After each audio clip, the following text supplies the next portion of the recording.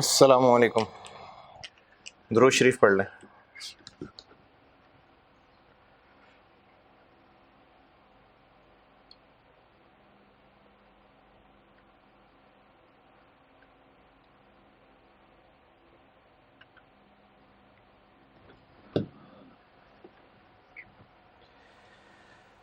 जी, एक सवाल दिया था और आपको मैंने सलूशन भी दे दिया था, उसका कर लिया होगा। स्ट्रेट फॉरवर्ड सवाल था, उसमें कोई मसला नहीं था और आई बिलीव कि कोई मसला नहीं हुआ होगा। फिर भी अगर किसी ने कुछ पूछना हो, क्योंकि जो मुझे मसले लगते हैं ना वो मैं खुद डिस्कस कर लेता होता हूँ, तो मुझे इसमें ऐसा कोई मसला लग नहीं रहा, क्योंकि यही इसी तरह का सवाल मैंने कल क्लास में खुद बना के करवा दिया हुआ था।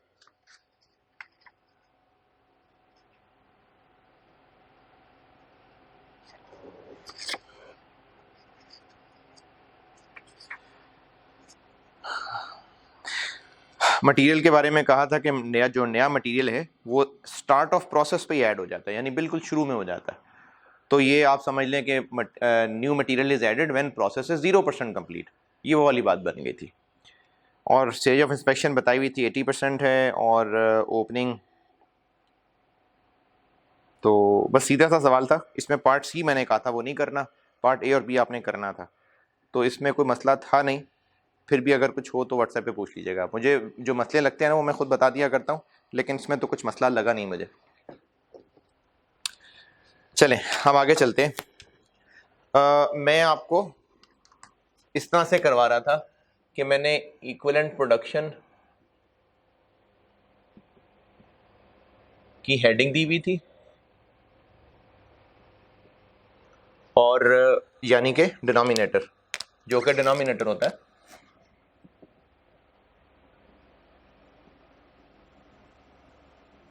ये मैंने हेडिंग दी हुई थी और उसमें मैंने 0.1, 0.2, 0.3, 0.4 लिख दिए हुए थे। अब लिखते हैं 0.5।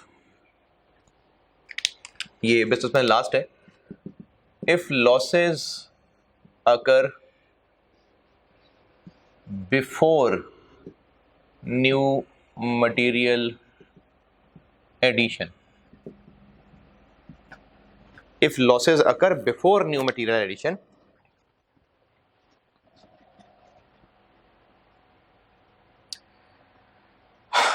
तो then abnormal loss या gain, एक ही ट्रीटमेंट है दोनों का, बस प्लस माइनस का फर्क है। Units will appear in EP columns as follows.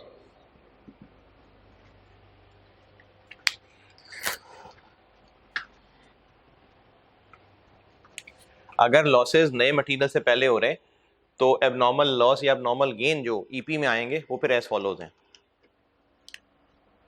P1 वाला कॉलम, न्यू मटेरियल वाला कॉलम,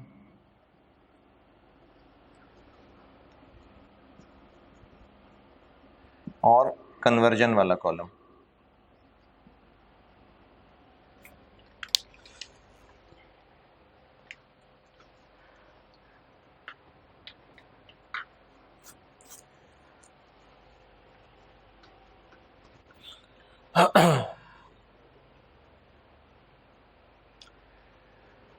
पहले आसान वाला काम करते हैं। एबनॉर्मल लॉस चूंकि नए मटेरियल से पहले ही हो गया तो नए मटेरियल कॉस्ट तो उस पर लगी ही नहीं थी। तो जब नई मटेरियल कॉस्ट उस पर लगी नहीं है तो न्यू मटेरियल कॉस्ट के डिनोमिनेटर में इसके यूनिट्स आने चाहिए। इस पर लगी नहीं है ये कॉस्ट। क्यों नहीं लगी? क्योंकि उससे पहले ही हो गया था, यानी केमिकल ए ही लॉस हो गया। केमिकल बी ऐड होता तो फिर देखते ना, केमिकल बी ऐड होने से पहले ही लॉस हो गया, तो केमिकल बी कॉस्ट तो इस पर लगी ही नहीं हुई। तो केमिकल बी कॉस्ट जब इस पर लगी नहीं है तो केमिकल बी कॉस्ट के डिनोमिनेटर में इसके यूनिट्स आने चाहिए। सुनहरी स्कूल क्या बताया था कि पर यूनिट कॉस्ट निकालते हुए न्यूमिनेटर में जो कुछ लिखा होता है, डिनोमिनेटर में वो यूनिट्स आएंगे जिन पे वो न्यूमिनेटर खर्च हुआ है। तो केमिकल बी की जो कॉस्ट है न्यूमिनेटर, वो तो इन पे खर्च हुई नहीं। क्यों नहीं खर्च हुई? क्योंकि ये पहले ही ज़ाया हो गए, तो इन पे तो ये खर्चा ही नहीं आया। जब ये खर्चा ही नहीं आया तो इनको डिनोमिनेटर में रखें नहीं, तो इसमें कभी भी नहीं आएंगे, never. No, never. Conversion column में आएंगे, बिल्कुल आएंगे जैसे पहले आते हैं, yes as per stage of completion, जैसे पहले ही करते हैं। नो कह ले, नेवर कह ले, नहीं आएंगे।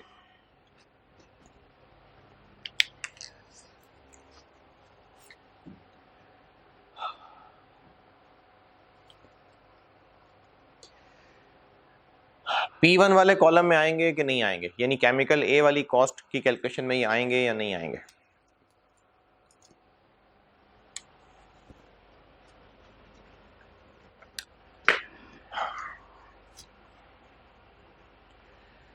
इसमें ये लिखने हैं कि नहीं लिखने हैं, जो मैं यहां लिखूंगा वो आप याद कर लें, सवाल हो जाएगा। लेकिन ऐसा क्यों है, नॉलेज के लिए समझाने लगा हूं, क्योंकि ये खासी गहरी बात है, तो मैं कोशिश तो कर रहा हूं समझाने की। देखें, मैंने ना बच्चों आप सबको सामने रख के पढ़ाना है। मैंने उन बच्चों को भी पढ़ाना है जो बहुत ज़्यादा लॉजिकल चलते हैं और उनको मैं जो भी रीजंस बता रहा होता हूँ वो सब समझ आ रही होती हैं। तो फिर मैंने सिखाना तो है, नॉलेज तो देना ही है, कॉन्सेप्ट बिल्डिंग तो करनी है। तो मैं कोशिश करता हूँ कि जिस हद तक मेरे लिए पॉसिबल है मैं हर चीज़ की आपको लॉजिक कॉन्सेप्ट बता के चलूँ। मैं खुद भी जब पढ़ता था तो मैं ऐसे ही चलता था, इसलिए मैं कॉन्सेप्ट देता हूँ, नॉलेज तो बताता हूँ, लॉजिक। लेकिन क्योंकि कमज़ोर दिल हजरात भी क्लास में होते हैं, वो बच्चे भी होते हैं जो कहते हैं कि सर बस बता दें सवाल कैसे करना है, हमें इतनी गहरी बातें नहीं आती, हमने सीए करके बस प्रोफेशन को कंटिन्यू नहीं करना, हमने तो मॉडलिंग करनी है, बस आप बता दें पेपर कैसे पास करना है। तो फिर मैं कम अज़ कम दर्जा ये है कि ये भी बता दिया करता हूँ कि अच्छा आप ये याद रख लें, काम चल जाएगा, इंशाल्लाह काम चल जाएगा। तो जो मैं यहाँ लिखूँगा आप याद कर लें, चलो काम चलेगा। नहीं समझना है तो मैं समझा भी रहा हूं, जो बच्चे लॉजिक पे चलते हैं मैं समझाने भी लगा हूं, रट्टे नहीं लगवा रहा। लेकिन अगर नहीं समझ आया तो कोई बात नहीं, जो यहां लिखूंगा याद कर लेना। अच्छा, अब मैं समझाने ये लगा हूं कि जो मैं यहां लिखूंगा वो क्यों लिखूंगा, ये समझाने लगा हूं, उसकी रीजन बता रहा हूं नॉलेज के लिए। तो ये जो मैं यहां काम करने लगा हूं, इसको नोट करना है, कर लें, नहीं करना ना करें, करना भी है तो ये लिख लेना कि मैं ये वो जो वहां P1 कॉलम में लिखना है ना, उसकी रीजन समझाने के लिए बता रहा हूं, ओनली फॉर नॉलेज, ये कह के उसको डब्बा चब्बा बना के नोट करना। और अगर आप समझना ही नहीं चाहते तो फिर ये कान आंखें बंद कर लें जो अभी बताने लगा।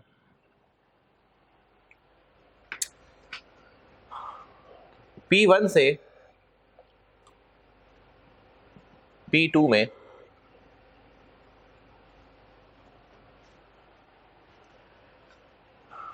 केमिकल ए के 200 किलो शिफ्ट हुए 20,000 रुपए कॉस्ट के साथ, यानी 1 किलो कितने का है, 100 रुपए का। तो जो केमिकल ए के 200 किलो प्रोसेस 1 से प्रोसेस 2 में आए 20,000 रुपए कॉस्ट लेके, तो एक हमें 100 रुपए का पड़ रहा है। प्रोसेस 2 में इसमें केमिकल बी मजीद ऐड हुआ और केमिकल बी ऐड हो गया, कितना कर लें, चलो 120 किलो ऐड हो गया। अभी जो 120 किलो ऐड हो गया ये था 18,000 रुपए का। अच्छा, इसका मतलब है ये है 150 पर किलो, सही। और इसमें कन्वर्जन भी डाल लेते हैं 40,000 रुपए की। ये एक डाटा मैंने लिया है कि प्रोसेस 1 से प्रोसेस 2 में 200 किलो आए केमिकल ए जो कि 100 रुपए किलो बनता था, और इसमें केमिकल बी डले 120 किलो जो कि 18,000 रुपए के 150 रुपए किलो बनता था, और साथ 40,000 रुपए कन्वर्जन कॉस्ट भी आई।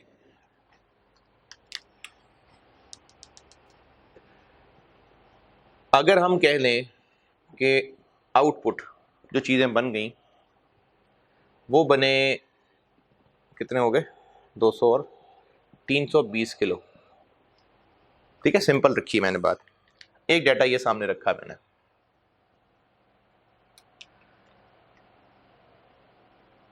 जो प्रोडक्ट बना उसकी पर किलो कॉस्ट निकालते हैं। ये पेंट बना है, पेंट, हम पेंट की कॉस्ट पर किलो निकालते हैं।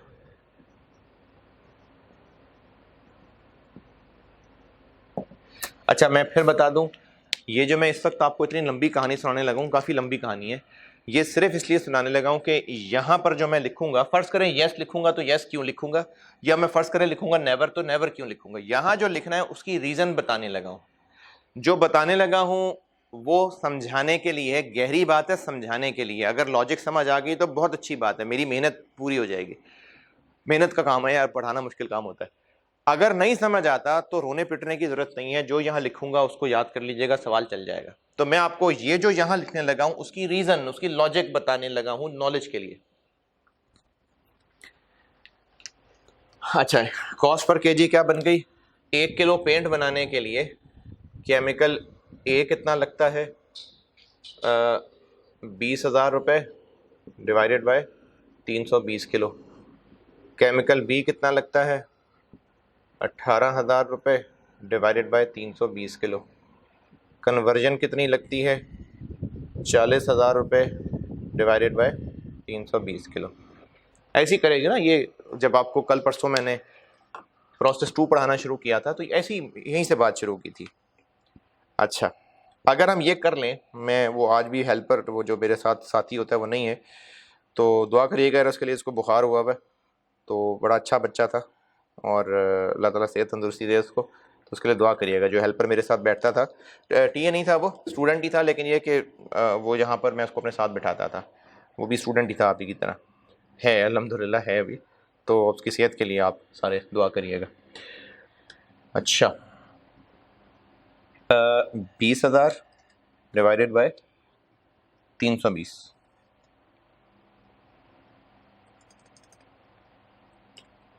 ये आ गया 62.5।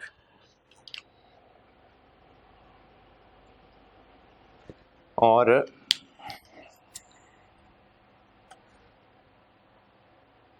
18,000 डिवाइडेड बाय 320, 56.25। और कन्वर्जन 40,000 डिवाइडेड बाय 320, 125। तो हमें पेंट का 1 किलो हमें पड़ेगा 243 इतने का। और ये बात भी पहले बताई थी कि केमिकल ए तो हमें 100 रुपए पर किलो कॉस्ट कर रहा है, तो ये 100 रुपए क्यों नहीं आ रहा? इसी तरह केमिकल बी तो हमें 150 रुपए कॉस्ट कर रहा है, तो फिर ये 150 रुपए क्यों नहीं आ रहा? ये मैंने पहले बात बताई थी, इसलिए नहीं आ रहा क्योंकि ये केमिकल ए का 1 किलो है जो 100 रुपए का कॉस्ट कर रहा है, ये केमिकल बी का 1 किलो है जो 150 का कॉस्ट कर रहा है। ये केमिकल ए का 1 किलो नहीं है, ये केमिकल बी का 1 किलो नहीं है, ये केमिकल ये पेंट के 1 किलो में जो आधा किलो केमिकल ए शामिल है, ये वो है, आधा किलो से थोड़ा ज्यादा।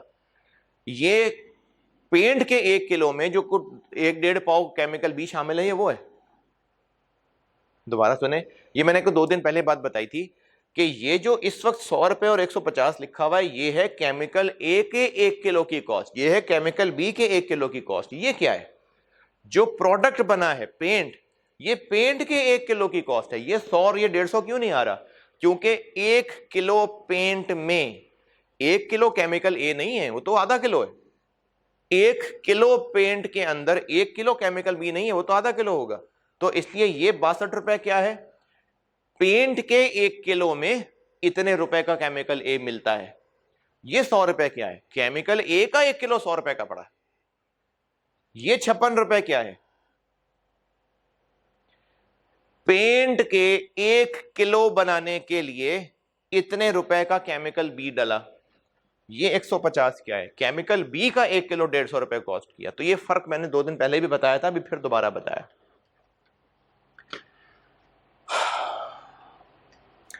अच्छा, अब इसमें एक चेंज करता हूं, ये बिल्कुल मैंने उस दिन वाली बात रिपीट की, इसमें भी एक चेंज करता हूं। चेंज ये कर लेते हैं कि लॉस हो गया और वो एबनॉर्मल लॉस था। क्यों? क्योंकि नो लॉस एक्सपेक्टेड, कोई लॉस एक्सपेक्टेड नहीं था, कोई नॉर्मल लॉस नहीं होना था, तो जो लॉस हुआ वो सारा एबनॉर्मल लॉस है। चलें एबनॉर्मल लॉस कर लेते हैं 20 किलो, 20 किलो एबनॉर्मल लॉस कर लेते हैं। तो फिर ये आउटपुट कितना, 300 किलो ना। 20 किलो अगर ज़ाया हो गया तो ये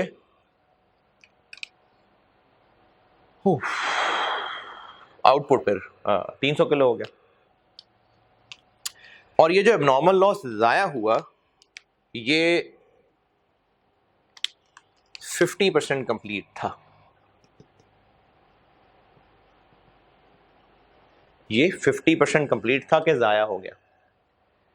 अब सवाल ये है कि जो 20 किलो ज़ाया हुए हैं ये सिर्फ केमिकल ए था या केमिकल बी भी मिक्स होने के बाद ज़ाया हुआ।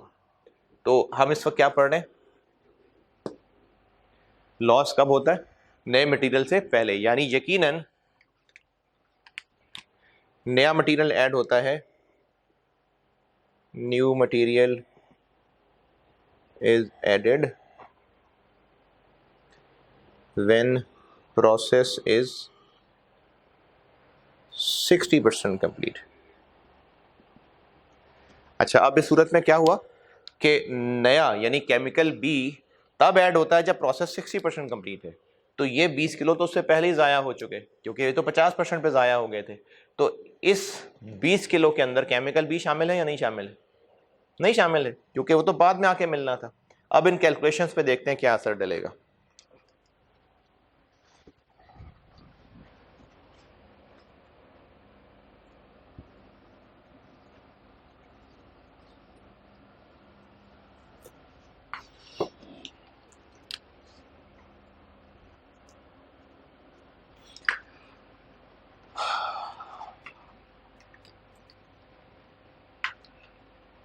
अब इन कैलकुलेशंस पे देखते हैं क्या असर डलेगा। कन्वर्जन के लिए पर यूनिट कॉस्ट कैसे निकलेगी? कन्वर्जन के लिए ईपी क्या होगा? बजाय इसके कि मैं ईपी बनाऊं, मैं यहीं ब्रैकेट्स में कर देता हूं। कन्वर्जन की पर किलो निकालते हुए 40,000 को मैं डिवाइडेड बाय क्या करूंगा? कन्वर्जन के लिए ईपी में क्या होगा, कंप्लीटेड यूनिट्स आएंगे और एबनॉर्मल लॉस के यूनिट्स आएंगे। हाँ, स्टेज ऑफ कंप्लीशन वाले कितने, 50% लगा के, यानी 10। मैं ईपी बना के नहीं लिख रहा, लेकिन यार अब आपने पक्के चीते हो चुके हैं, चीतियां भी, तो ये तो जबानी कर लिया ना। ये मैंने ईपी बनाया नीचे, अरे मैं कॉलम बना के करता था ना, मैंने वैसे बना लिया। कॉलम बना के कन्वर्जन कॉलम में क्या करते, कंप्लीटेड 300 किलो और एबनॉर्मल लॉस के 50% लगा के ना, तो मैंने वो 310 किया है। तो ऐसा करने से अब सही ये वाली पर यूनिट कॉस्ट बन जाएगी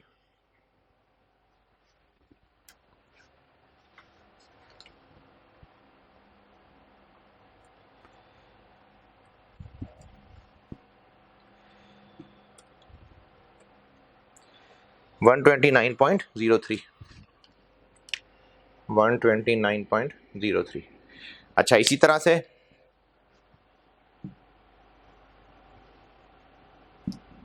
केमिकल बी के ईपी में क्या आएगा? केमिकल बी का जो खर्चा है 18,000 रुपए,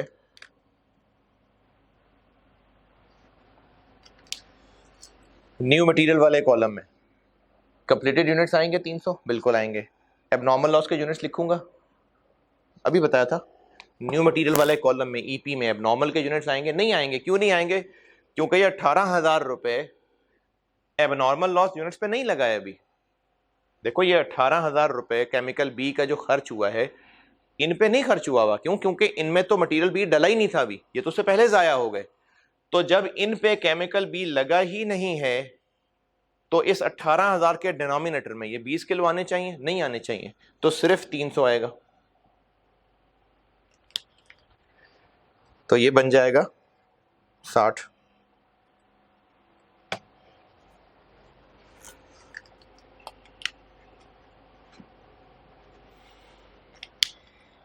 यहां तक तो मैंने वो किया है जो मैंने आपको यहां लिख दिया हुआ था कि न्यू मटेरियल वाले ईपी कॉलम में एबनॉर्मल लॉस के यूनिट्स नहीं आने। भाई क्यों नहीं आने? क्योंकि वो उससे पहले ही ज़ाया हो गए। तो जब न्यू मटेरियल का खर्चा उन यूनिट्स पे आया ही नहीं है तो डिनोमिनेटर में फिर उसके यूनिट्स नहीं आने चाहिए। नहीं आए, सिर्फ कंप्लीटेड यूनिट्स आए। कन्वर्जन जैसे पहले करते थे वैसे ही किया, completed units plus 20 units 50% complete. ये दोनों लाइनें तो सिंपल स्ट्रेट फॉरवर्ड है। अब यहां पर बताएं कि ये डिवाइडेड बाय 320 ठीक है या नहीं ठीक है।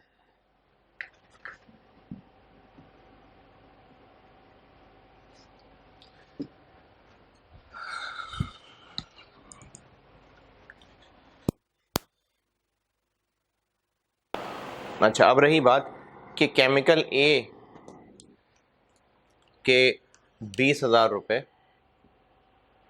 के डिनोमिनेटर में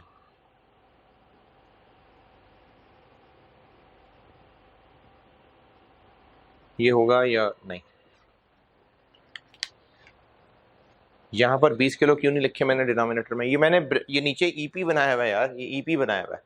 यहाँ 300 के साथ 20 प्लस क्यों नहीं किया? कंप्लीटेड ही क्यों लिखे हैं? प्लस 20 क्यों नहीं लिखा? क्योंकि उन 20 के ऊपर ये लगा ही नहीं, तो डिनोमिनेटर में 20 नहीं लिखा।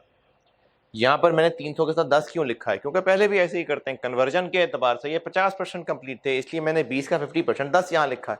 ये दोनों तो ठीक है। अब मैं पूछ रहा हूँ केमिकल ए का, ये जो मैं यहाँ पर फिगर लिख रहा हूँ, 20 किलो पे केमिकल ए तो लगा हुआ है ना, तो डिनोमिनेटर में 20 किलो आना अपेरेंटली सही लग रहा है। तो इसका मतलब ये हुआ कि ये अब हमारी पर यूनिट कॉस्ट सही है। और अगर हम यहाँ से स्टेटमेंट ऑफ एवेल्यूएशन बनाएं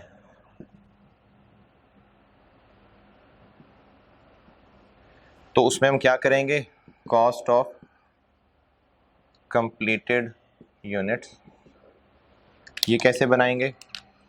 300 किलो इंटू 62.5 प्लस 60 प्लस 129.03। ठीक है, ऐसे ही करेंगे।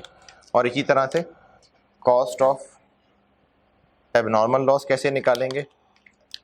इस पे जो P1 लगा हुआ है यानी केमिकल ए, हम कहेंगे 20 इंटू 62.5, फिर हम कहेंगे न्यू मटेरियल यानी केमिकल बी 20, नहीं ये तो लगा ही नहीं है इस पे, 0।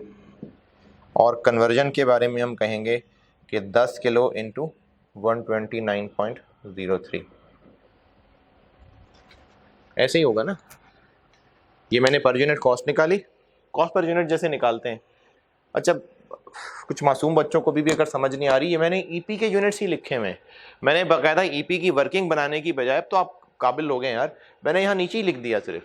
अगर ईपी का कॉलम बनाते तो ऐसे ही बनाते ना, कंप्लीटेड यूनिट्स आ रहे होते, साथ एबनॉर्मल लॉस वाले ऐड हो रहे होते। कंप्लीटेड यूनिट्स आ रहे होते और साथ एबनॉर्मल लॉस वाले नहीं आ रहे होते, क्योंकि केमिकल भी उन पे लगा ही नहीं है। कन्वर्जन कंप्लीटेड यूनिट्स आते और साथ एबनॉर्मल की स्टेज ऑफ कंप्लीशन 50% आ रही होती। तो ये मैंने ईपी की वर्किंग करने की बजाय ऐसे लिख दिया है। अब इस कॉस्ट पर यूनिट से स्टेटमेंट ऑफ वैल्यूएशन ऐसी बनती ना, है ना, ये ऐसी बनता।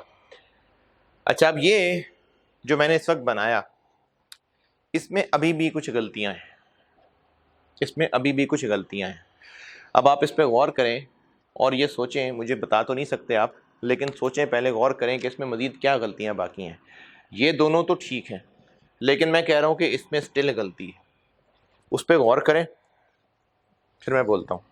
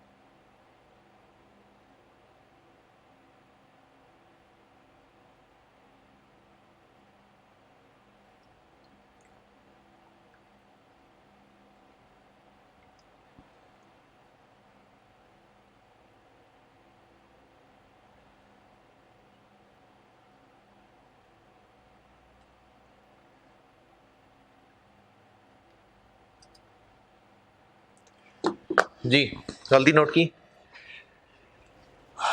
गलती ये है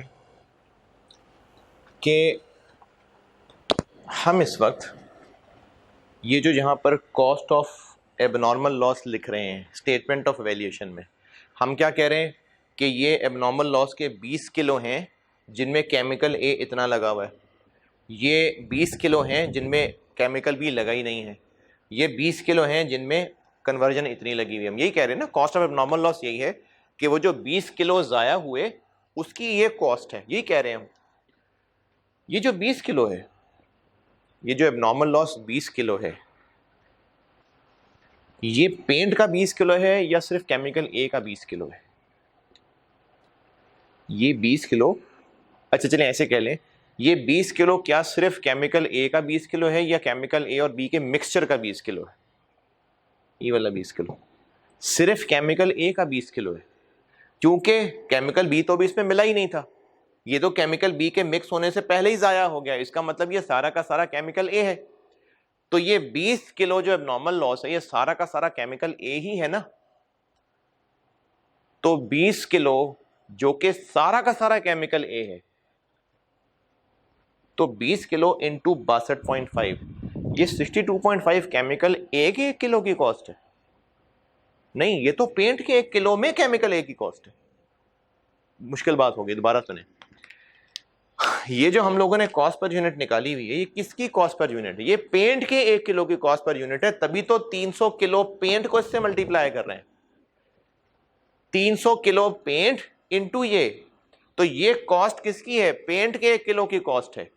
पेंट के 1 किलो में 62 रुपए का केमिकल ए इस्तेमाल हुआ है।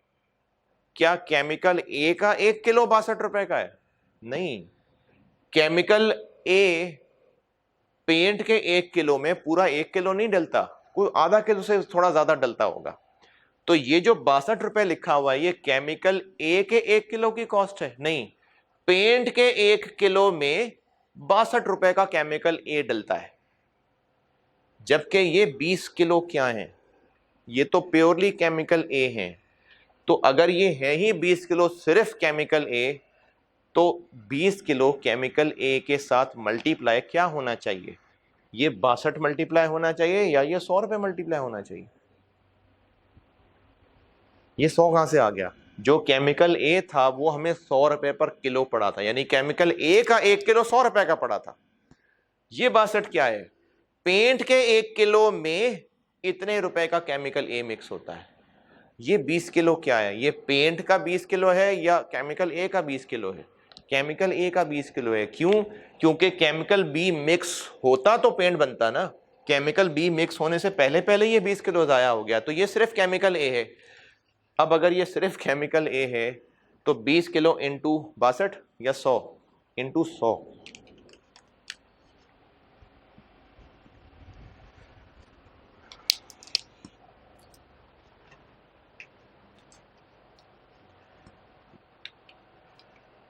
आप भी सुन रहे हो? वैसे इंटरेस्ट से सुन रहे हो? चलो यार, गुड। देखो आप, अब ये जो मैं चीज़ें पढ़ा रहा हूँ ये कोई और ही चीज़ें हैं, लेकिन अगर सुनोगे ना तो इंटरेस्ट कुछ ना कुछ सीख के ही जाओगे। तो ये कैमरामैन बच्चा जो है वो सीख रहा है इन चीज़ों को, शाबाश यार। तो यहाँ पर 20 किलो इंटू 100 रुपये आएगा, 62 नहीं आएगा। क्यों 62 नहीं आएगा? क्योंकि 62 रुपये क्या था? पेंट के 1 किलो में 62 रुपए का केमिकल ए होता है, ये पेंट के 1 किलो की कॉस्ट है।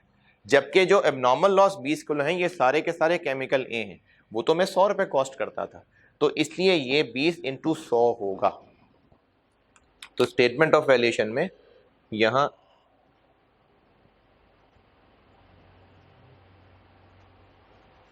ये होगी एबनॉर्मल लॉस की कॉस्ट।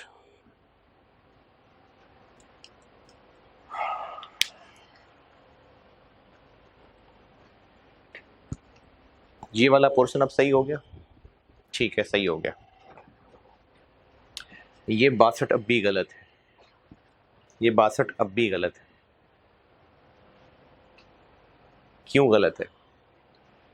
हम ये जो पर यूनिट कॉस्ट हम जो पर यूनिट कॉस्ट निकाल रहे हैं, जिन यूनिट्स की ये पर यूनिट कॉस्ट है वही आपको डिनोमिनेटर में नजर आएंगे। देखें, हम जो पर यूनिट कॉस्ट निकाल रहे हैं, जिन यूनिट से डिवाइड कर रहे हैं उन्हीं की वो पर यूनिट कॉस्ट है ना, तभी तो उनसे डिवाइड कर रहे हैं। 300 यूनिट्स यहां डिनोमिनेटर में है तो ये इन 300 यूनिट्स की कॉस्ट है। 300 डिनोमिनेटर में है तो फिर ये इन 300 की कॉस्ट है। 300 डिनोमिनेटर में है तो इसका मतलब ये 300 की पर यूनिट कॉस्ट है, तभी तो इन तीनों से मैंने 300 को मल्टीप्लाई किया। फिर सुने, हम डिनोमिनेटर में जिन यूनिट से डिवाइड कर रहे हैं ये पर यूनिट कॉस्ट उन्हीं यूनिट्स की तो पर यूनिट कॉस्ट है। यहां डिनोमिनेटर में नॉर्मल लॉस क्यों नहीं आ रहा होता? क्योंकि उसकी कोई पर यूनिट कॉस्ट नहीं होती। हमने जो यूनिट्स यहां पर लिखे हुए हैं ईपी डिनोमिनेटर, ये पर यूनिट कॉस्ट इन्हीं की है ना, और स्टेटमेंट ऑफ एवेल्यूएशन में इन्हीं से मल्टीप्लाई होना है। इन तीनों को निकालने में डिनोमिनेटर में 300 रखा है तो ही तो 300 से ये तीनों मल्टीप्लाई हो रहे हैं। ये 129 कैसे निकाला? डिनोमिनेटर में क्या रखा है? 300 और ये 10, इसलिए 129 300 भी मल्टीप्लाई हो रहा है और 10 से भी मल्टीप्लाई हो रहा है। जो हम पर यूनिट कॉस्ट निकालते हैं, न्यूमरेटर में खर्चे, डिनोमिनेटर में यूनिट्स, ये पर यूनिट कॉस्ट इन्हीं यूनिट्स की निकलेगी ना। दिस डिवाइडेड बाय जो यूनिट्स हैं उन्हीं यूनिट की पर यूनिट कॉस्ट ये है।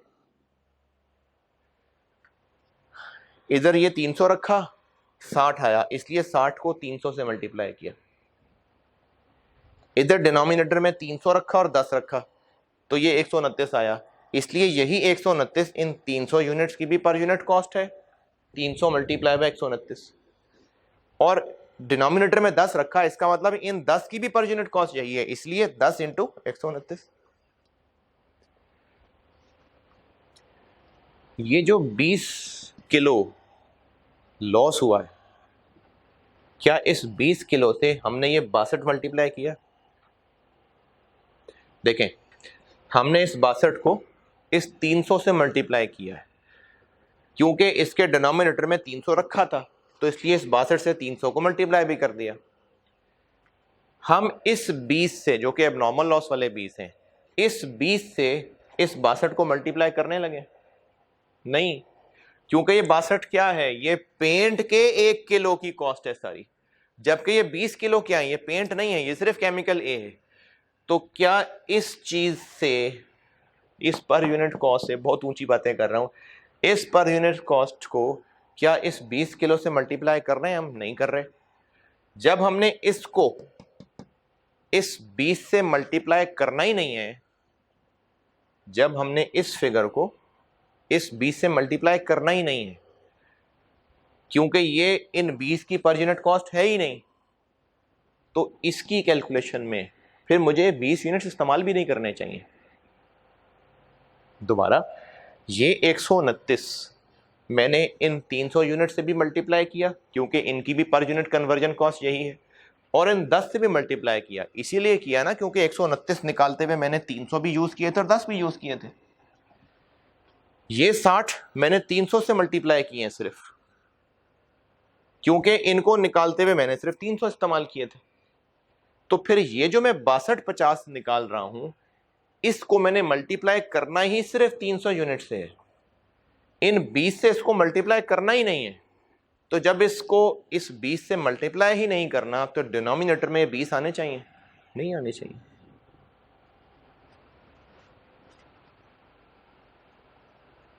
ये 20 नहीं आने चाहिए इसके डिनोमिनेटर में। क्यों नहीं आने चाहिए? क्योंकि ये जो आंसर निकलेगा उसको 20 से मल्टीप्लाई करना ही नहीं है, उसको तो हमने करना ही 100 से मल्टीप्लाई, क्योंकि वो तो प्योरली केमिकल ए था। तो जब हमने इस 20 किलो से ये वाली फिगर मल्टीप्लाई करनी ही नहीं है, तो इसकी कैलकुलेशन के डिनोमिनेटर में 20 आना भी नहीं चाहिए, ये 20 नहीं आना चाहिए।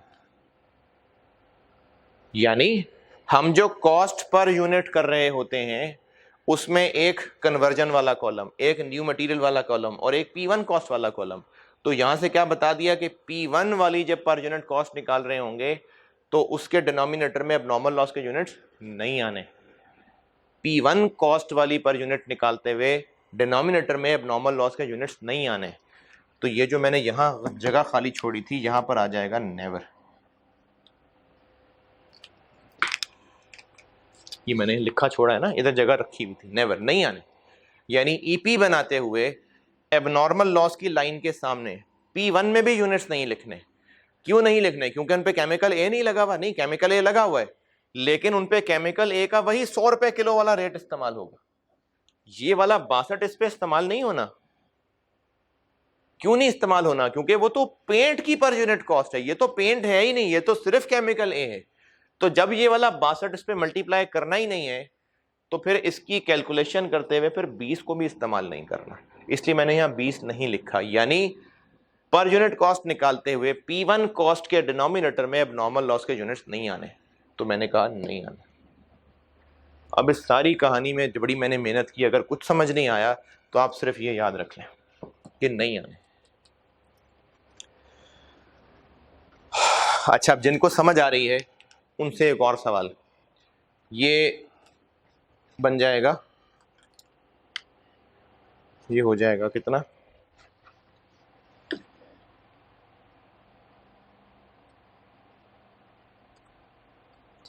$66.67। यानी यहां पर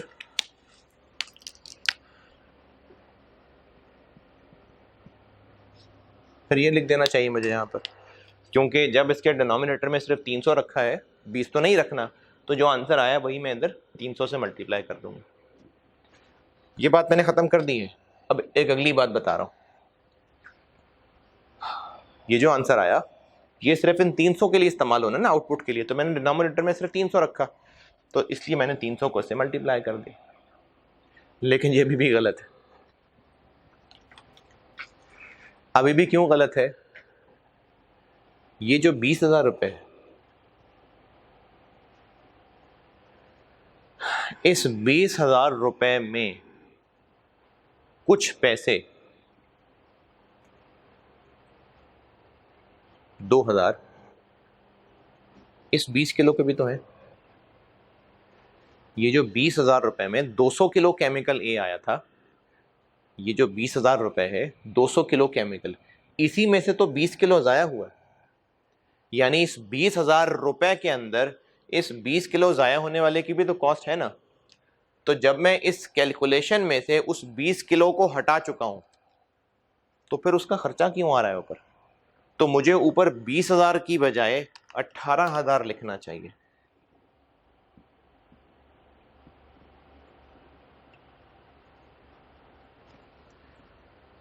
ये बात दोबारा सुन लें,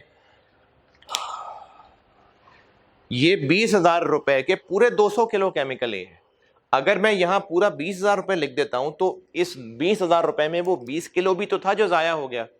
तो वो जो 20 किलो जाया हुआ वो हमने अलग से रख लिया, तो फिर उसकी कॉस्ट इस पेंट की कैलकुलेशन में क्यों आए? वो तो पेंट से पहले पहले बाहर फेंक दिया। तो यहां पर 20,000 नहीं लिखेंगे, उसमें से वो 2,000 माइनस करके यहां लिखेंगे। अब जो सही वो ये भी 60 आ जाएगी।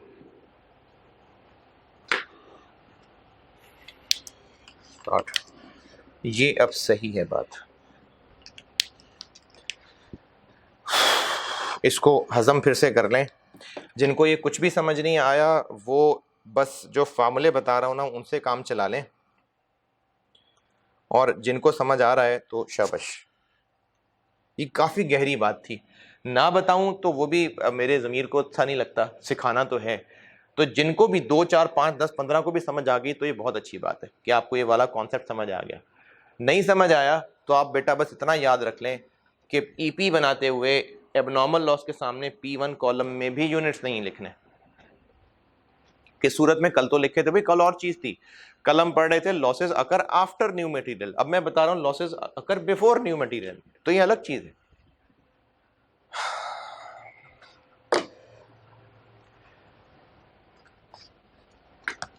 अच्छा, आपको मैं अब तक ये बना के दे रहा था कि इक्विवेलेंट प्रोडक्शन 0.12345 है, लिख लिया। अब ये वाली चीज खत्म हो गई।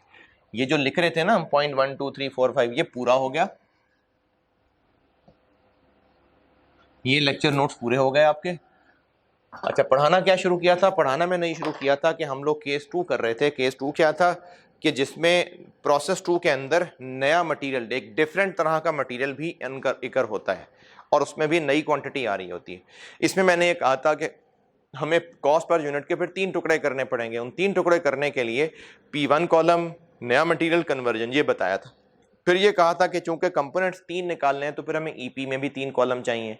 तो फिर मैंने आपको ईपी की हेडिंग देके चीजें सिखानी शुरू की थी। आपको कहा था कि कंप्लीटेड यूनिट्स कितने लिखेंगे, कहाँ कहाँ लिखेंगे, क्लोजिंग कहाँ लिखेंगे, कितने लिखेंगे, ओपनिंग कहाँ लिखेंगे, कितने लिखेंगे, एबनॉर्मल लॉस अगर आफ्टर न्यू मटेरियल एडिशन है तो, और आज बताया कि एबनॉर्मल लॉस अगर बिफोर न्यू मटेरियल एडिशन। ये वाली बात पूरी हो गई। मैंने केस 2 पढ़ाना शुरू किया था, उसमें मैंने पहले कुछ बातें इक्विवेलेंट प्रोडक्शन के बारे में की, साथ साथ प्रैक्टिस करते रहे, इसकी करते हैं प्रैक्टिस अभी। अब कुछ बातें न्यूमरेटर के बारे में कर लूं, numerator of cost per unit. कुछ बातें अब मैं न्यूमरेटर के बारे में बता लूंगा आपको, फिर फुल फ्लैज हम इसका एक सवाल कर लेते हैं।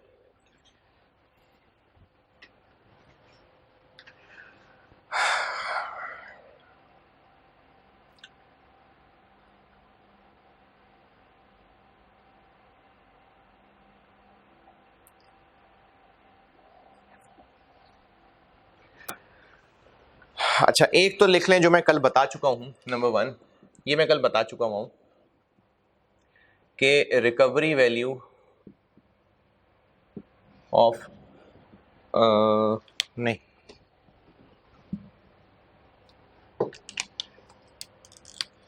इफ लॉसेस अकर आफ्टर, ये जो कल होमवर्क किया था ना, ये बात कल हो चुकी हुई है।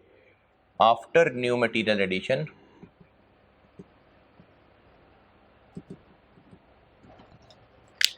then recovery value of normal loss is deducted from P1 cost column। ये जो कल होमवर्क किया था उसमें यही काम किया था कि जो नॉर्मल लॉस की रिकवरी वैल्यू थी वो हमने P1 वाले कॉलम में से लेस की थी। यही बात मैंने अब लिख दी है।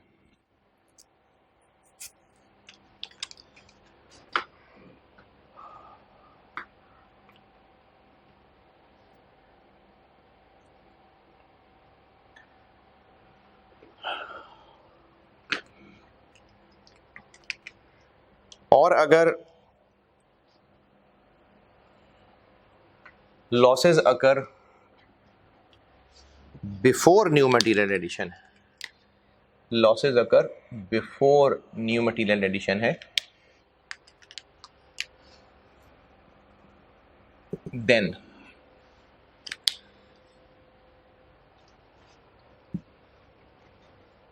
ये दूसरा पॉइंट आ गया ना। पहले वाला पॉइंट आपने लिख लिया, अगर अभी लिख रहे थे तो वीडियो पॉज करके दोबारा देख लें।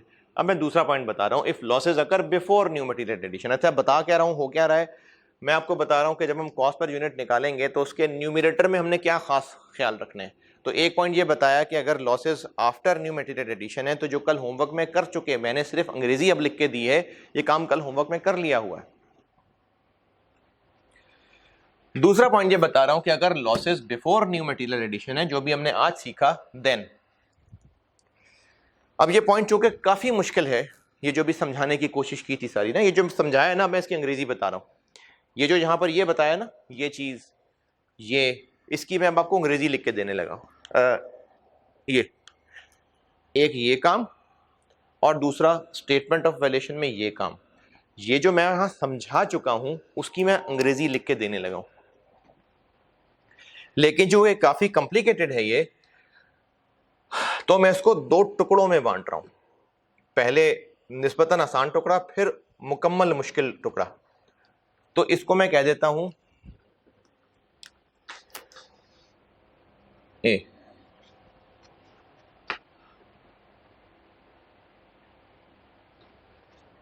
यानी इसको मैं 2 हिस्सों में बांट रहा हूं। पहला हिस्सा क्या है, actual loss is equal to abnormal loss. क्यों? That is no normal loss.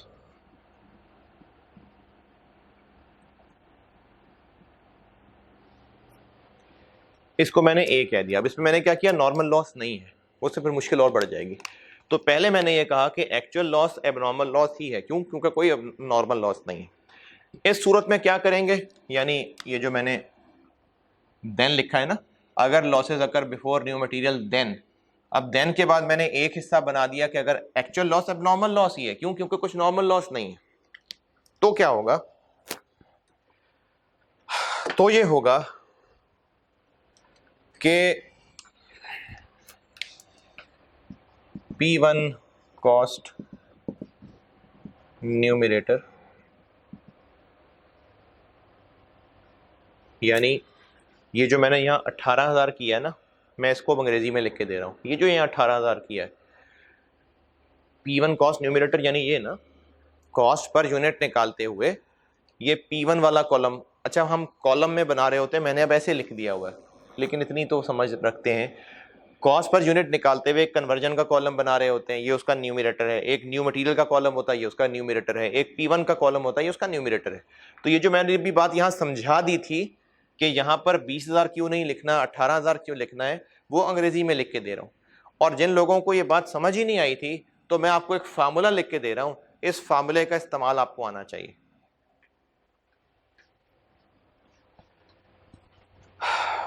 मैं जो यहाँ फार्मूला बना के दे रहा हूँ ना, वो फार्मूला किस चीज का बना के दे रहा हूँ, इस चीज का। ये बात जो मैं आपको समझा चुका था, वो एक फार्मूले की शक्ल में लिख रहा हूँ, ताकि जिनको समझ आ गई थी वो भी सवाल में आसानी से कर लें, और जिनको कख भी समझ नहीं आया उनको एक फार्मूला बना देता हूं ताकि सवाल तो कर सकें। वो फार्मूला ये है,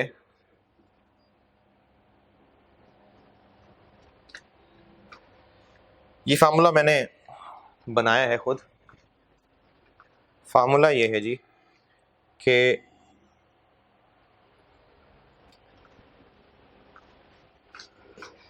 units transfer in from P1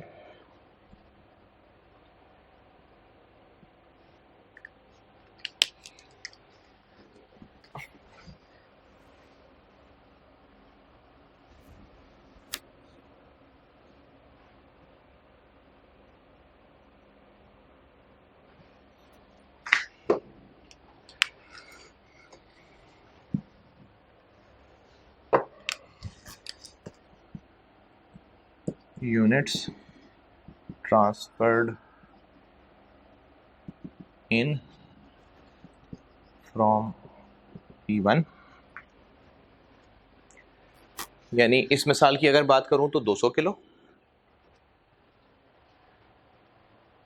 minus actual loss units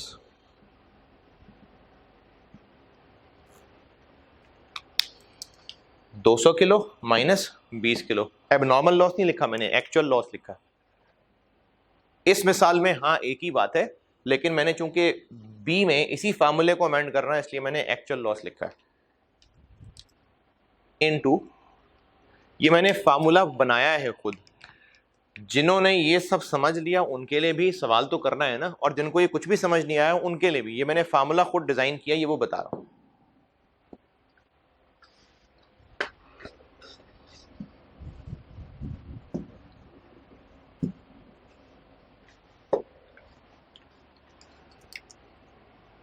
cost per unit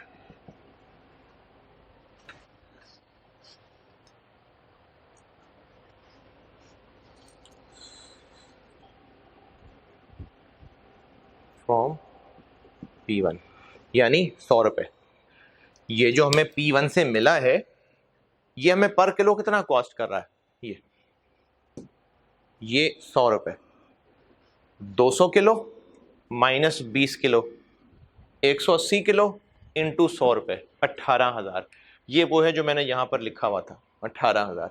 ये मैंने अब उसका फार्मूला बता दिया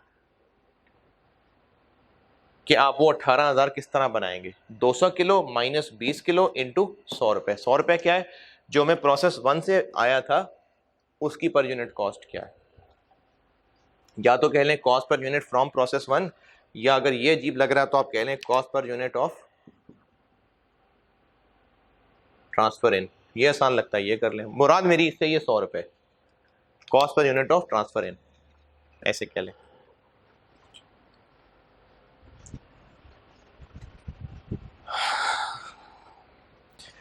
अच्छा, वैसे तो मैंने आपको ये फार्मूला बना के दिया है कि न्यूमरेटर क्या लिखना है, लेकिन चूंकि बात कनेक्टेड है इसलिए यही बता रहा हूं। मोर ओवर यही बता रहा हूं। अब मैं क्या बताने लगा हूं, ये बताने लगा, ये चीज बताने लगा। More over in statement of evaluation, ये P1 cost component of abnormal loss units, ये P1 कॉस्ट कंपोनेंट है ना स्टेटमेंट ऑफ वैल्यूएशन में। ये जो P1 कॉस्ट कंपोनेंट है यानी 2000 रुपए किसका, of abnormal units, will also use ये cost per unit of transfer in. ये मैंने अंग्रेजी में जितनी भी टूटी फूटी अंग्रेजी है, मैंने ये कहना चाहा है कि जब हम स्टेटमेंट ऑफ वैल्यूएशन बनाएंगे तो ये जो P1 कॉस्ट कंपोनेंट है एबनॉर्मल लॉस यूनिट्स का, इसमें हम 100 रुपए इस्तेमाल करेंगे, यानी यही वाला 100 रुपए। ये मैं मार्कर का कलर भी सेम कर देता हूं, शायद आपको इससे याद रह जाए। खैर आपके पास तो कलर सेम ही है। Cost per unit of transfer इन,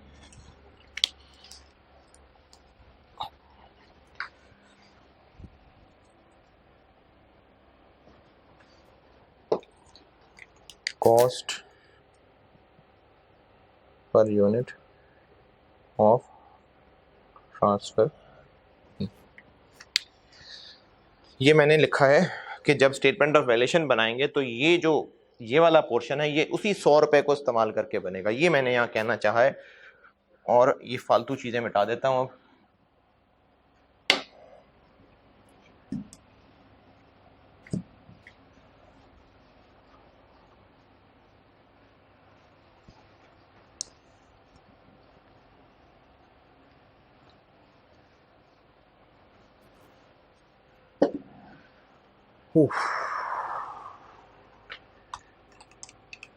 अच्छा, अब इसका ना मैं एक सवाल कराता हूं, और ये आपने लिख लिया तो इसका एक सवाल करते हैं। चाहे तो इसी के नीचे सवाल कर लेना, चाहे मैंने ना अभी यहाँ पर बी लिखना है और उसमें भी तकरीबन ये चीज़ें लिख के और एक दो लाइनें और एक्स्ट्रा लिखनी है, तो चाहे तो ए का 2A का सवाल इसी के नीचे करके बाद में बी लिख लेना, या अगर आपको लगता है कि नहीं इस तरह फिर नोट्स इधर उधर हो जाते हैं तो मैंने भी 2B बताना है जो इतनी ही जगह घेरेगा प्लस 2 लाइनें और, ये जो मैंने बीच में लाइनें वाली छोड़ी नहीं है, फिर आप उसके बाद सवाल कर लें। चाहे तो पहले मैं इसका सवाल करा देता हूँ 2A का, फिर B लिख के बताऊंगा तो फिर 2B का सवाल करा दूंगा।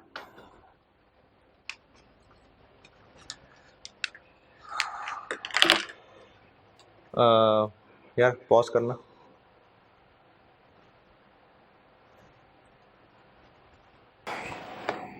अच्छा, इसके लिए ना एक प्रैक्टिस क्वेश्चन करते हैं, मैंने उधर अपलोड किया हुआ है, आप ऐसा करिए कि वहीं जाइए, मैंने इसमें ना फाइल एक आप देखेंगे नाम से अपलोड की हुई है, प्रैक्टिस क्वेश्चन 2A, ये लेक्चर 31 के रेफरेंस से प्रैक्टिस क्वेश्चन 2A कह के मैंने एक फाइल डाली हुई है, वो खोल लें। वो लंबा डाटा था, मैंने कहा फिर मैं पहले सवाल लिख के तो आपको फिर उसकी पिक्चर दे देता हूँ, PDF दे देता हूँ। तो प्रैक्टिस क्वेश्चन फॉर 2A मैंने एक फाइल बनाई हुई है लेक्चर 31 के रेफरेंस से, ये खोलिए और इसको पढ़िए, इसको मैं बोर्ड पे करता हूँ solve.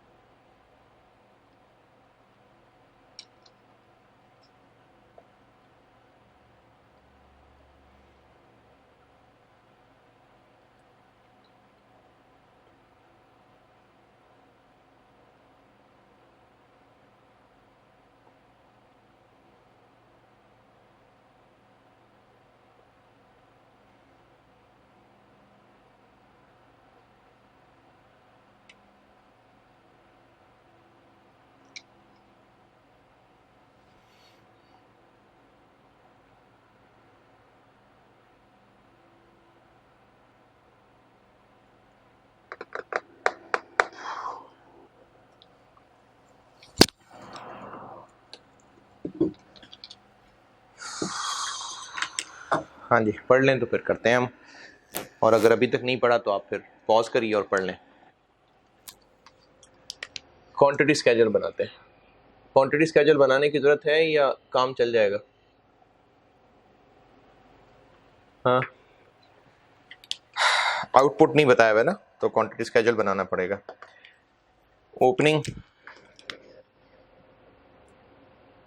Opening work in process कितना? 4000। ट्रांसफर इन 60,000। न्यू मटेरियल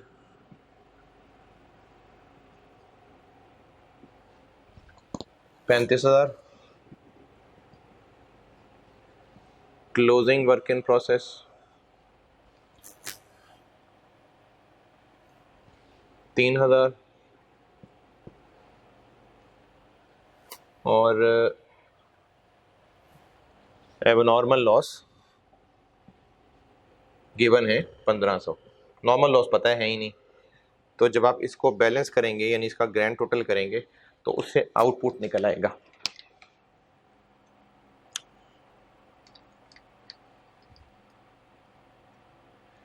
और इसका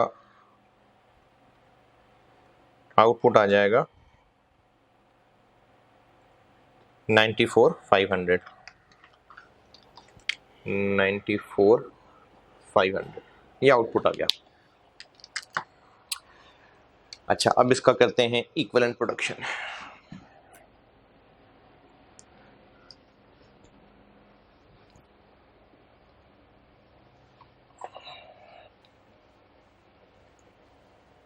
अच्छा, नोट्स ना इकट्ठे रह लें तो अच्छा है। आप इसके नीचे जो मैं 2B करूंगा ना वो उसके नीचे लिख लीजिएगा, सवाल आपको पेज छोड़ के लिख कर लें। अच्छा जी, इक्विवेलेंट प्रोडक्शन। इक्विवेलेंट प्रोडक्शन करते हैं।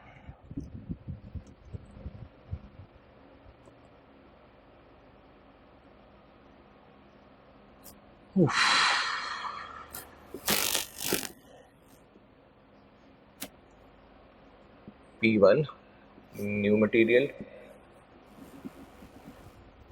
और कन्वर्जन, परसेंटेज, यूनिट्स और अंग्रेजी।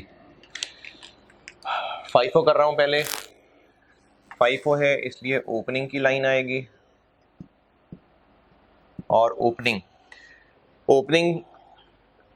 P1 कॉलम में तो कभी नहीं आएगा। न्यू मटेरियल इस पे इस महीने लगा है या पिछले महीने लग गया था?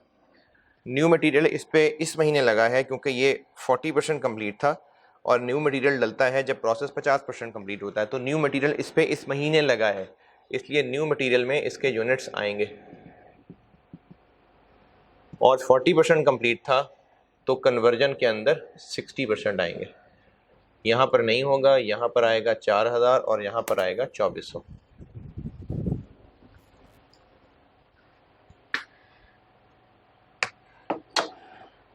फिर स्टार्टेड एंड कंप्लीटेड आएंगे।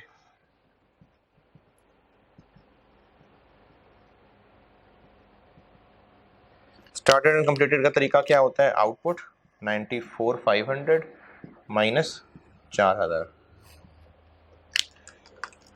90,500, और ये तीनों की तीनों लाइनों में 90,500 ही आएंगे।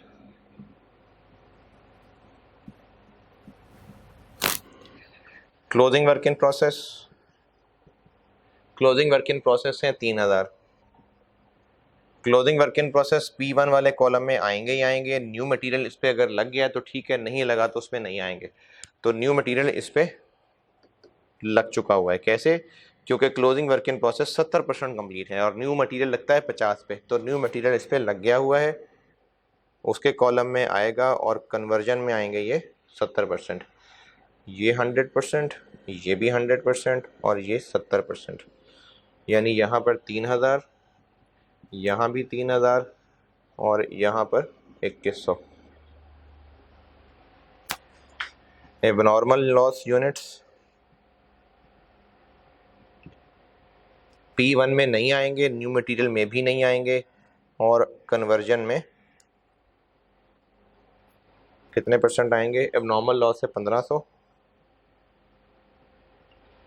ये अभी यही सिखाया ना आज कि ये P1 कॉलम में भी नहीं आने और न्यू मटेरियल में तो आने ही नहीं है, तो ये सिर्फ कन्वर्जन में आएंगे 1500। और इनकी स्टेज ऑफ इंस्पेक्शन कह लें या स्टेज ऑफ कंप्लीशन दी हुई है एबनॉर्मल लॉस 30%, तो ये 30% आएंगे यानी 450।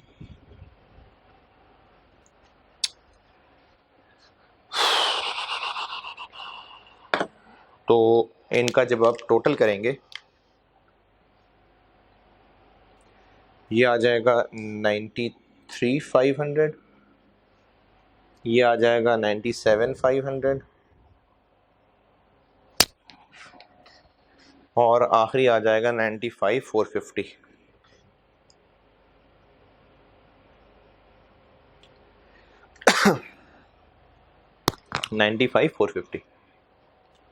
ये हो गया ईपी।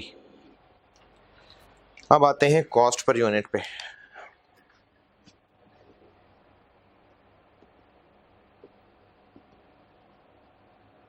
P1 न्यू मटेरियल और कन्वर्जन, और चूंकि FIFO है इसलिए सिर्फ current period cost. New material की करंट पीरियड कॉस्ट दी हुई है 1125,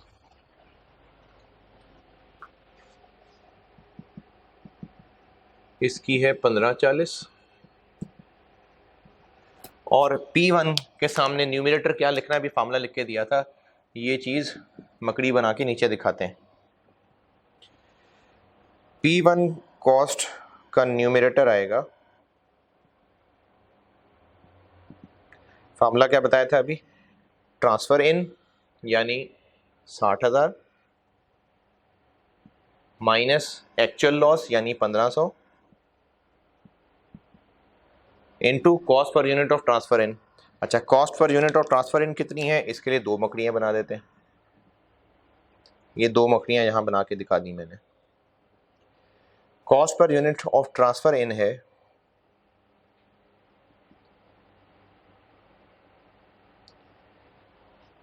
18 लाख रुपए के 60,000 यूनिट्स आए थे, तो एक कितने का था, 30 रुपए का। 18 लाख के 60,000 आए थे तो फिर एक 30 रुपए का था, 30 रुपए, और यही 30 रुपए यहां लिखेंगे तो इसका आंसर आ जाएगा 1755।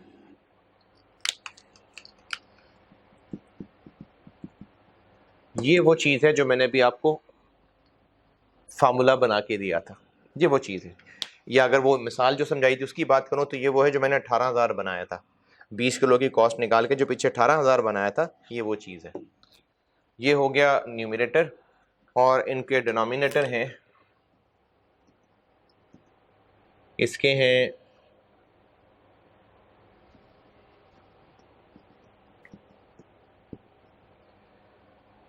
93,500,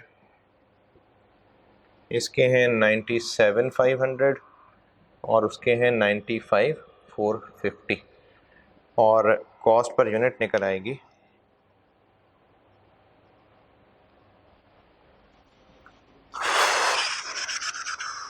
1877 1154, 1877 1154 और 1613।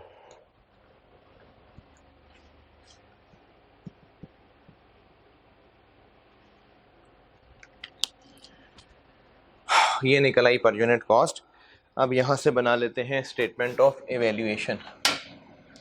ये पहले मैं FIFO से कर रहा हूं, स्टेटमेंट ऑफ एवेल्यूएशन बनाते हैं।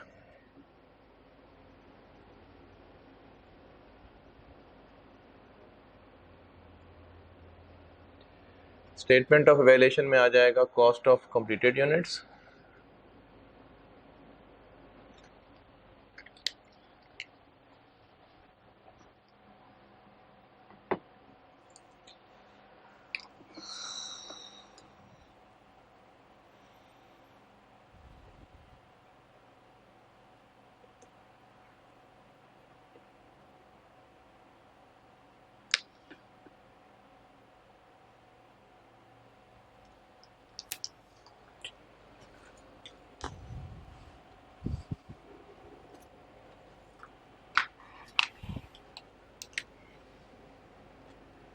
कॉस्ट ऑफ कंप्लीटेड यूनिट्स में क्या आ जाएगा, पहले तो आएंगे opening work in process, FIFO है ना, तो पहले आएगा ओपनिंग वर्क इन प्रोसेस।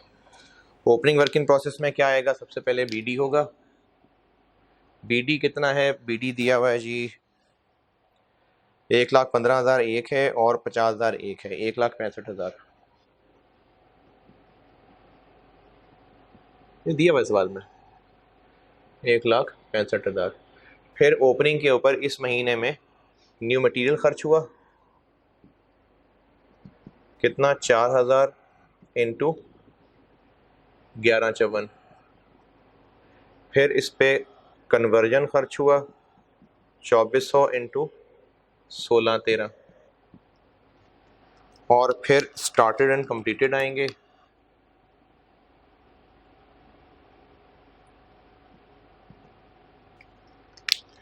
जो होंगे 90,500 इंटू 18,77 प्लस 11,54 प्लस 16,13।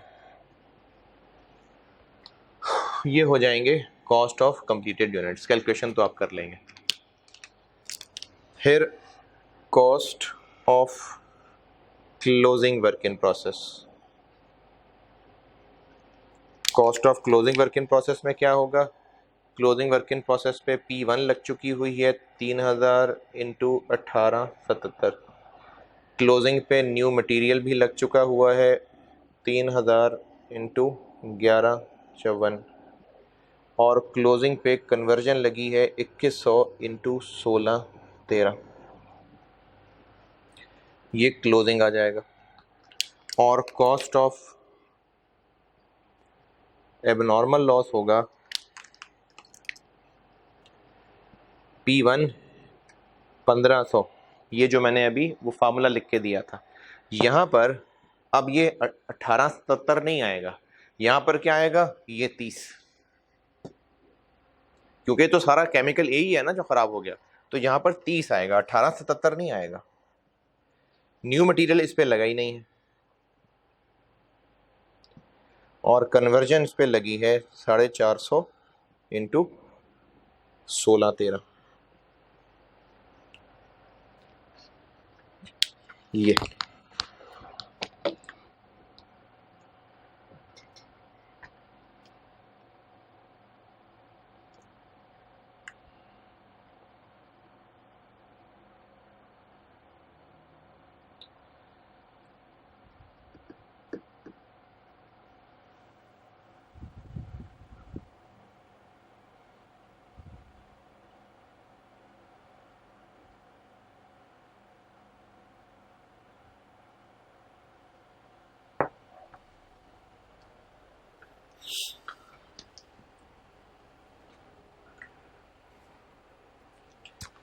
ये जी FIFO है।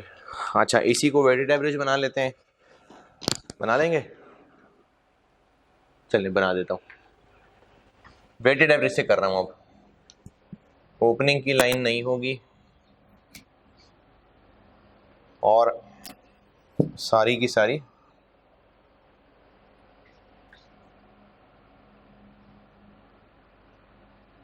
कंप्लीटेड ही होंगे, कंप्लीटेड यूनिट्स 94,500 94,500। और एबनॉर्मल लॉस और क्लोजिंग ये ऐसे ही रहेगा। और उससे ये जो EP है ये बन जाएंगे 97,500 और 97,500 और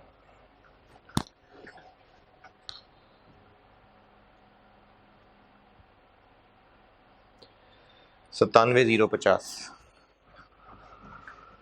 97,050।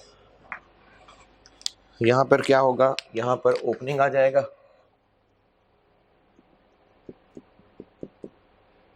एक 15 और 50 और ये बन जाएगा 18,70, 11,25 और 15,90। ये हो जाएगा 97,500, ये हो जाएगा 97,050 और पर यूनिट कॉस्ट हो जाएगी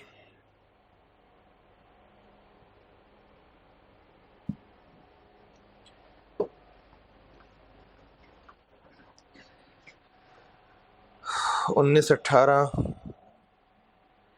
11,54, 19,18 और 16,38, 19,18, 11,54 और 16,38।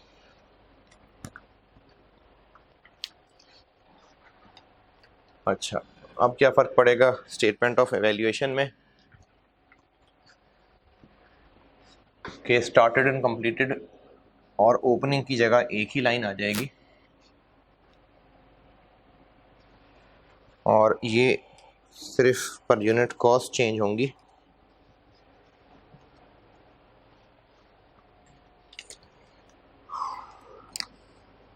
$97,500 इंटू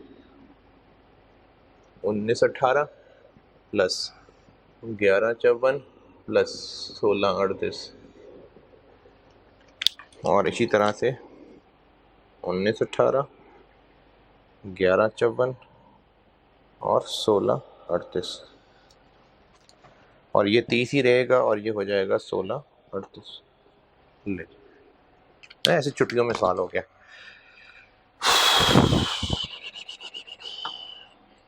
ठीक है जी। अच्छा, इसको आप हज़म कर लें। कल मैं ये करूँगा अगली क्लास में इंशाल्लाह कि आपका होमवर्क यही है, आप ये सवाल दोबारा करिएगा, यही होमवर्क है आपका। कल ऐसा करते हैं कि अब वो जो 2B है वो 2B करके उसका एक सवाल कराऊंगा और ये केस 2 ख़त्म, फिर केस 3 पे चलेंगे इंशाल्लाह। केस 3 करा के और टाइम मिला तो इंशाल्लाह डबल एंट्रीज पे भी आएंगे।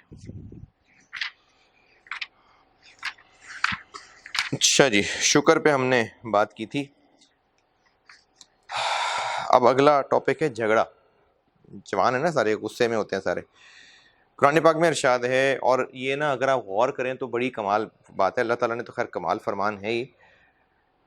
कुरान पाक का इरशाद है, क्या इंसान देखता नहीं कि हमने उसे नुत्फे से पैदा किया, फिर वो सरी झगड़ालू बन गया।